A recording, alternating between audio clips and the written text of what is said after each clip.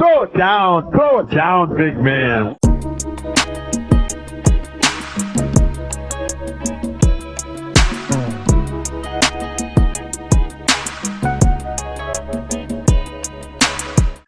Welcome everybody back to the Throw It Down Big Fella podcast. I am your host, Greg Rufus. Thank you so much for joining me today on this September 11th. Yes, it has been 23 years since that horrific 9/11 attack in New York and in the Pentagon, Washington, D.C. It's been 23 years. I remember it like it was yesterday where I was at. I was in Texas.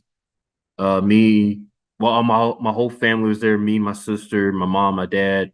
It was very, very scary couple of days, couple of weeks, just after that attack. But I saw America after that attack come together, and it was just crazy to think that it's been 23 years since that unbelievable attack. And just like I said, prayers for those that were involved in it, attacked the city, just this country. Just prayers for everybody that was involved, and just continue to grow this beautiful, beautiful country. All right. So what's on tap for today's episode, you guys? Just again, quick recap of the NFL Week 1 reaction. All the games have happened. I'm gonna give you some more final intake, final thoughts that I've had. Also, fantasy football. Just a lot of things going on. That's my dog over there, London. London, get over there. That's actual live TV, you guys. So also, I said about fantasy football. I'm gonna get into who you should not be panicked. What's going like the players you should be worried about. Players that you should probably bench. I'll give you some of my takes on fantasy football and also preview college football week 3. Week 3. I got to remember, college football is ahead of NFL. So college football week 3, NFL week 2 coming up tomorrow night. We have the Bills and the Dolphins. That should be a very, very good game. The Tyreek Hill situation, I'll give you my thoughts on that as well. Kendrick Lamar, Super Bowl halftime show has just gotten way out of control. I know it's just a lot of back and forth, Drake and Nicki and I'm sorry, not even Drake. Well, yeah, Drake, Lil Wayne, and Nicki Minaj and Birdman. That whole fiasco, I'll get into that as well. And also, we lost 2 iconic entertainers, and one entertainer and one musician this past weekend. James Earl Jones, and also Frankie Beverly of Maze and Frankie Beverly. Just 2 iconic entertainers. I'll give you my thoughts on that as well. And also, quickly, I saw the Perfect Couple on Netflix, and also a movie I saw, Rebel Ridge. I'll give you my thoughts on that as well. So before I get started, you guys, I encourage everybody to please like my YouTube page. Please subscribe to it at Throw It Down Big Fella. Also follow me on Instagram at Throw It Down Big Fella Pod. Just continue to show love for me, you guys, and special content is on the way. I appreciate all the support and love I've gotten so far, and just hopefully I can continue to grow more and more future people involved in it. So just thank you guys so very much. All right. So let's get started. Quickly, like I said, NFL Week 1 reaction. The Rams. This is the Sunday night game. It was the LA Rams and the Detroit Lions. The Detroit Lions won in overtime. Thanks to David Montgomery's game-winning touchdown. They basically told the LA Rams, y'all don't have Aaron Donald no more. So we're just gonna bully y'all and just run through y'all and get physical. I like the LA Rams, but I just think without Aaron Donald, their physicality on defense is just not there. I think you can run roulette on them as if you're a running team. Matthew Stafford is just unbelievable. They lost Puka Nakula. I don't know if I said his last name right, but Puka, their wide receiver, he's out. He's on IR. He's going to miss at least 4 weeks. Cooper Kupp was unbelievable. He had a career high in catches. Still wasn't enough. I think the LA Rams could possibly make the playoffs, maybe 10 wins, 9, 11. I don't know. I think they're in the mix to probably be in the playoffs. I don't think they're going to win a division. I think the San Francisco 49ers are going to win a division clearly. But when you have a gunslinger like Matthew Stafford and a playmaker like Cooper Kupp, and their running back is really good, and Puka when he comes back, they're a dangerous team. Like I said, defensively, still a little shaky, still trying to figure things out. But you don't want to see this team in playoff time. There's several teams you don't want to meet in the first round of a wild card game, and definitely they're one of them. So, Detroit Lions. I always say Detroit's gonna always Detroit. I always stand by that. Jared Goff, Jared Goff is okay. He's not gonna win you the game. He could definitely lose you the game. But Jared Goff, like, it's still on the shoulders of Jared Goff. Just don't make any mistakes. A lot of system, a lot of play is like, okay, just be a quarterback manager. Don't do this, don't do that. Jared Goff is in that category. Like, Jared Goff, don't mess up. Don't throw 4 interceptions. Don't fumble the ball. Make sound decisions. And the Detroit Lions we can actually go somewhere if you just don't make mistakes. And so, leading up, watching that game, he played flawlessly.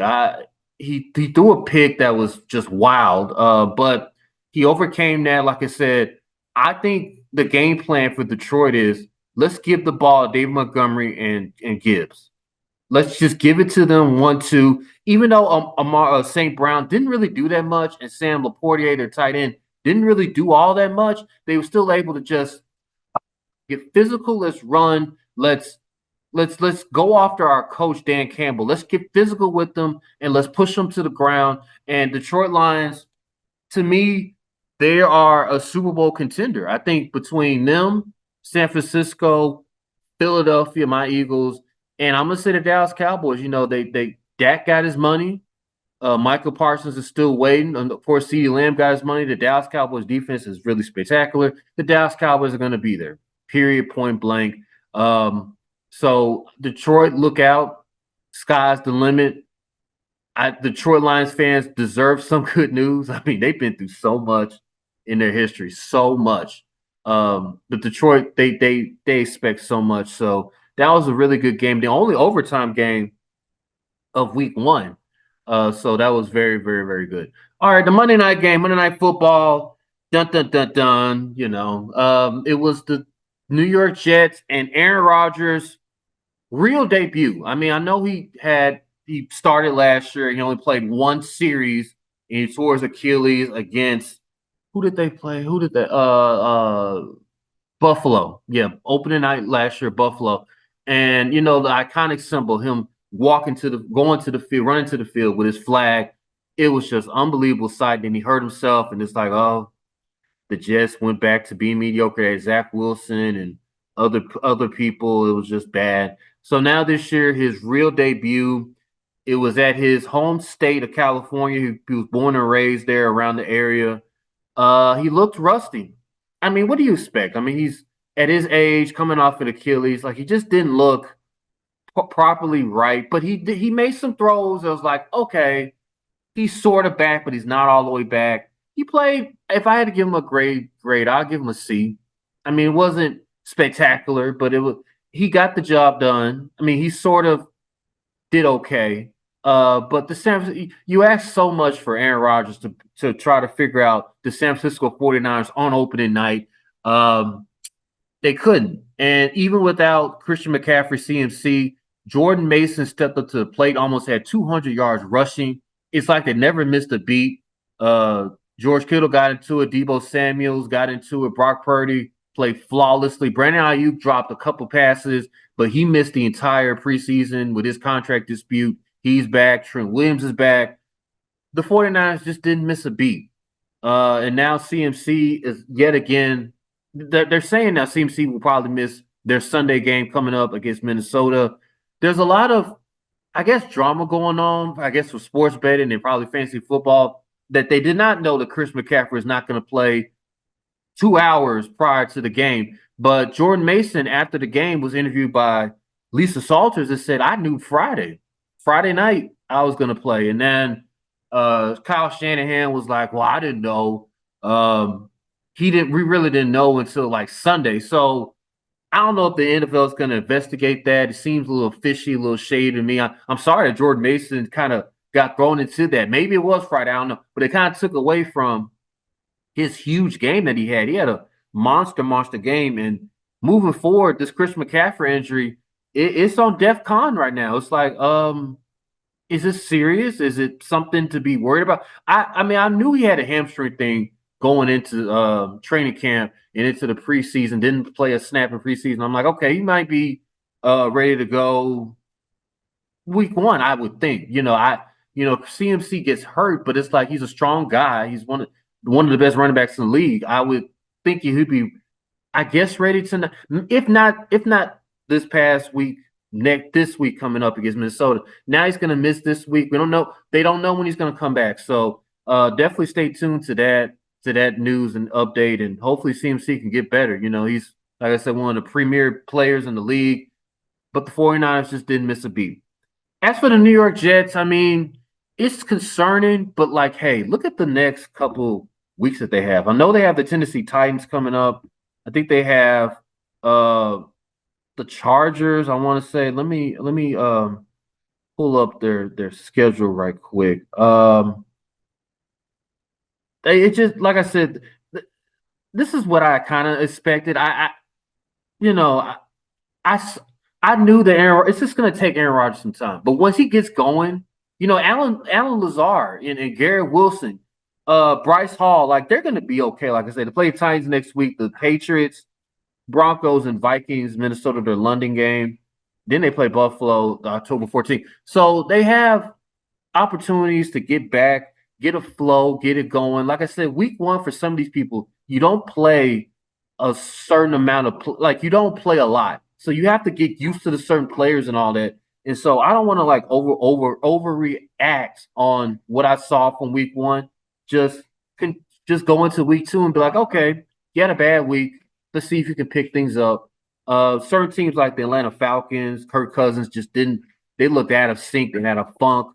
A lot of other teams that just didn't look good. The Philadelphia Eagles, even though my Eagles won, they still didn't look all that great. And so they have time to get it right and all. So week one, like I said, is in the books. Some good, some bad, some ugly. The rookie quarterback play wasn't all that great. Jalen Daniels needs to calm down his play just a little bit. He's on my fantasy team, and I'm proud, whoop whoop. But if he keeps on taking these hits and his helmet popped off twice, he needs to stop being reckless. Like I said, you want to have a long career for all the rookies and all that. You want to have a long career. You don't want to be shortened because of injuries and taking unnecessary hits. So that's just my word of advice for all the rookies out there. You continue to be great, but just watch out for your bodies and be on alert for what things might come. So, like I said, week two starts off tomorrow night, Buffalo against Miami. Before I get into that, Tyreek Hill's situation. So the body cam footage came from Tyreek Hill. And yeah, I'm just gonna be completely honest. Both were wrong in the situation. Tyreek Hill and the cops. Tyreek Hill, look, as a black man in America or black, white, okay, let me just take race out of it. Any type of race. If a police officer says, please roll down your window, roll down your window. I mean, we see so many horror stories of not complying, not listening to the officer, just obeying what they say. Let's just start with that out of respect. It's a respect thing. If an officer pulls me over and it says, hey, please roll down your window, I'm gonna get a little attitude, but I'm like, all right, I'm gonna roll down my window.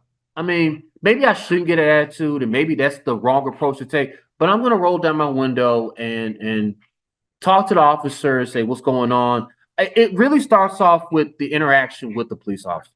If it's a good reaction, it's gonna probably be smooth and quick and get out your way. Let me get a ticket. Let me get a warning. Move on. If it's combative, like it was with the Tyreek Hill and the Miami police, then it can go left, real left. And it did go left for Tyreek Hill. So he didn't roll down his window. They pulled his car. They pulled out the door.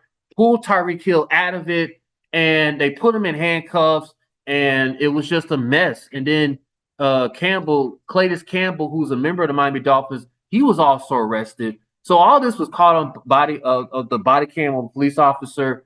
They're investigating the thing. One of the police officers is on paid leave. Um, it's just a lot of wrong. I'll state this with my opinion. I believe the police officer should be suspended. I don't think she should be fired. I think she should be suspended, fined, and just realize like, hey, we gotta like calm down our attitude here. Like we are in a very contentious point in our life right now, like in America. Of course, well said. We have a presidential election going on. There's just a lot of divide going on. Police with citizens, like there just needs to be some common ground and some respect being shown. And it's there and it's not there. So I just wish like the relationship level wise, it would just be better. I pray for it every day for peace on earth and for people to just get along with each other. The Rodney King said it best. Can we all just get along with each other? So I pray for that more than anything. But the whole thing just went left. Tyreek Hill, I think he needs to issue an apology for how he acted and maybe give a little donation to the Miami police as well, because his attitude, along with the police attitude, just made it just a double negative, and it just made it worse than what it should have been. If he was going to get a ticket for not wearing a seatbelt or speeding or whatever he was doing, just give him the ticket, fine. He makes millions of dollars. He could pay that off. Yada yada yada. Just do your thing. I mean, but this is gonna get overblown. It's been overblown. Tomorrow night, like I said, they play the Buffalo Bills. I think I wish he would just move forward from this. It's gonna be tough for him and his family, and for the Miami Dolphins. But I think they'll be okay. And moving forward, I just wish we don't have any other incidents like this. I mean, we had Rashid Rice incident during the offseason.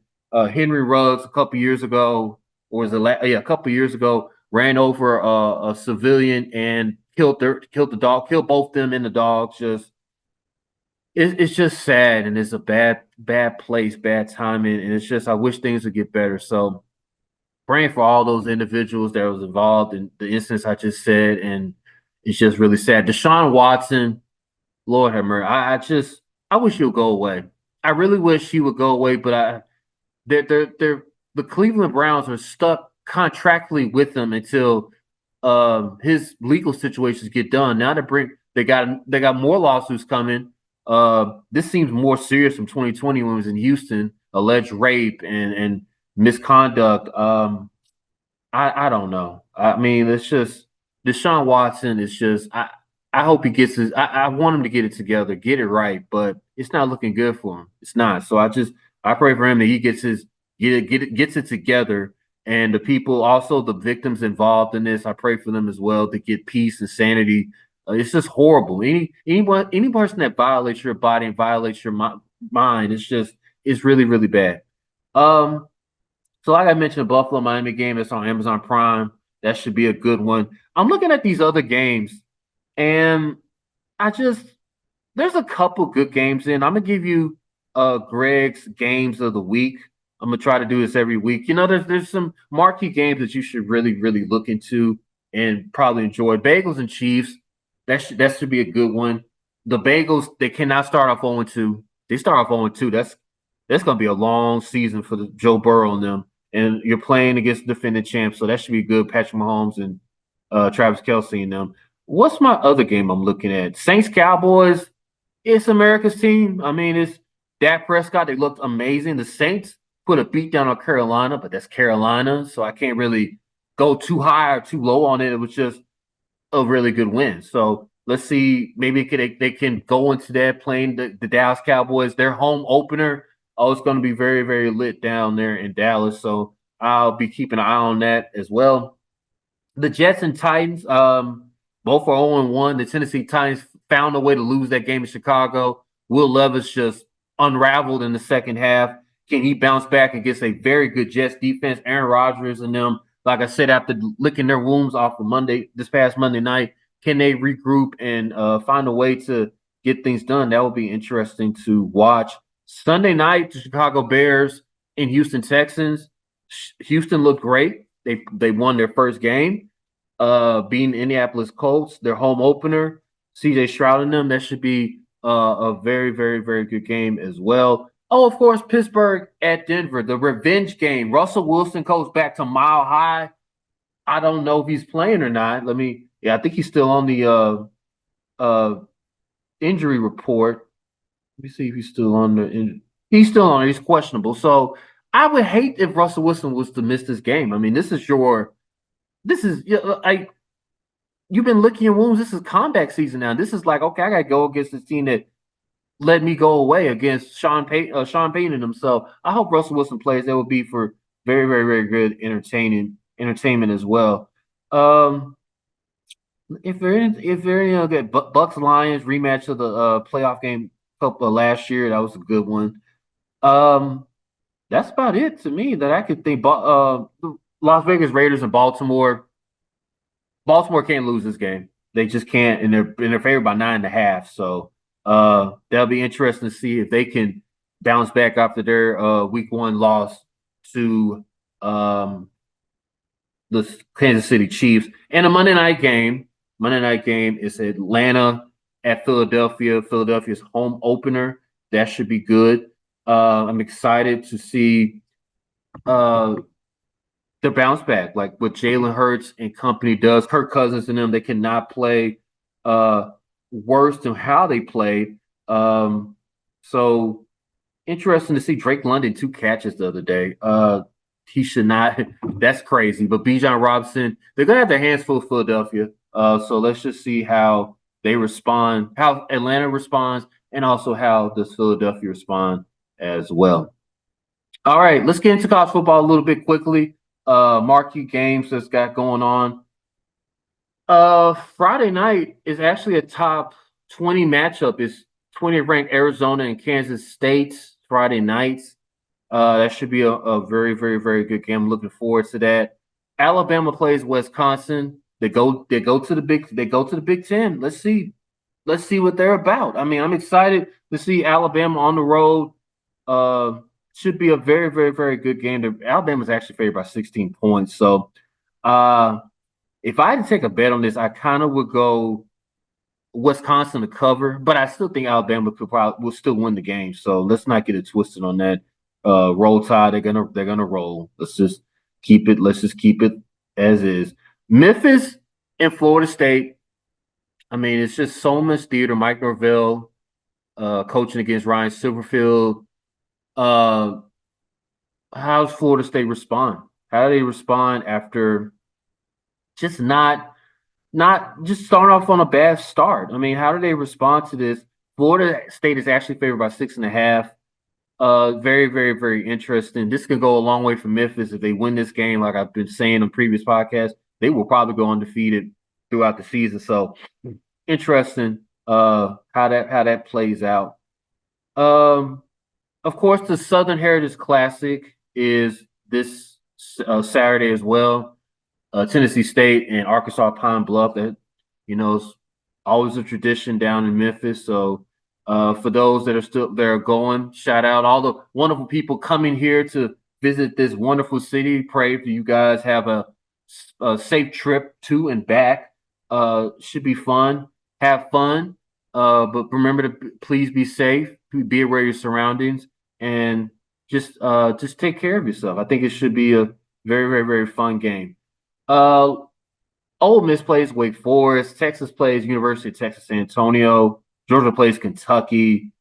Seems like a lot of bar burners this week as well. A lot of Jamboree Week vibes into it.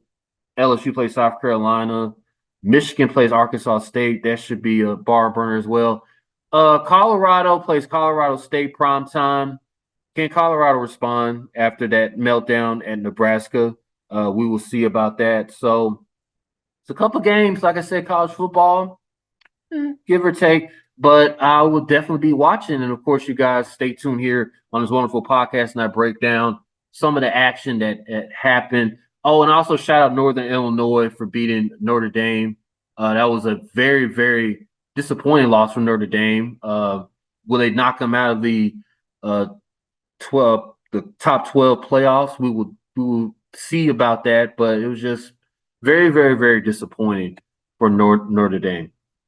All right, you guys, I've been talked about football now. Let's get into a little pop culture right quick. I saw on Netflix Rig. It's about a Marine going to a small city, trying to combat the corruptness that's in that police department there in that small town down south.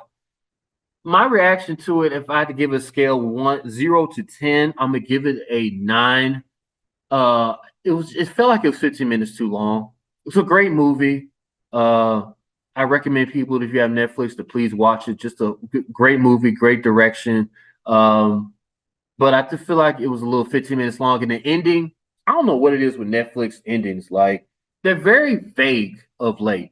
This ending was kind of vague. I'm like, I wish it was a little bit more, okay, this is what happened after so and so discovered how to corrupt the, like, just a little bit more.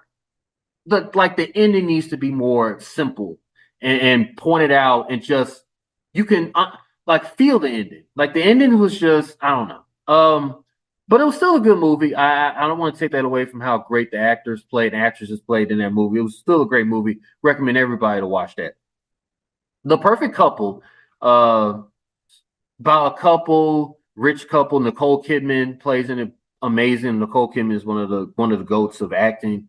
Uh, it was about a couple. They live up in the East Coast, and they it was a murder that happened. They're trying to solve it and figure it out and all that type of stuff. Spoiler alert.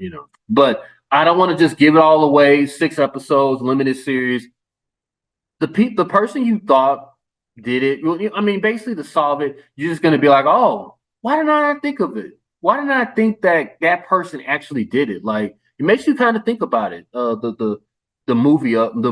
So I recommend people to watch it. I'm gonna give it just a little low though. I'm gonna give it about 7.5. I still recommend people to watch it.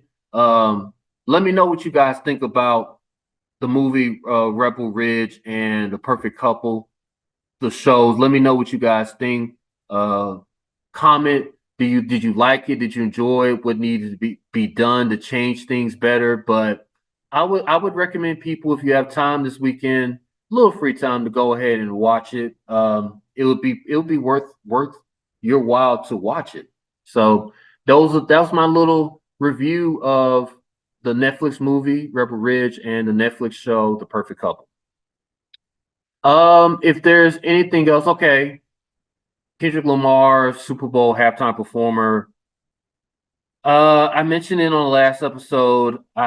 It's just I don't, I want people to just realize, like, it's gonna be okay. I hate for such a important decision to be made on a halftime performer to divide people, and it's clearly dividing hip hop nation. Certain people, they feel some type of way, like, oh, this is New Orleans, like they couldn't have Lil Wayne and all. I just want people to realize, hey, they made a decision. Higher ups that be, let's just support the decision. I mean, it's gonna be a wonderful performance. I wouldn't mind either one of them. By the way, I'm a huge K Dot fan. I'm a huge Lil Wayne fan. Drake, Nicki Minaj. I'm all of them. I love hip hop, so it didn't matter to me who they brought out, who they presented. I was still gonna enjoy rock it. I mean, Usher did a good job last year. The Super Bowl halftime performances have been really, really, really good. It's been so much better. I'm telling you, back in the day, like the 90s and 2000s, that would be nap time. That would be bathroom time. That would be, what are we doing? Like, looking at my phone. Like, it's just, you would not.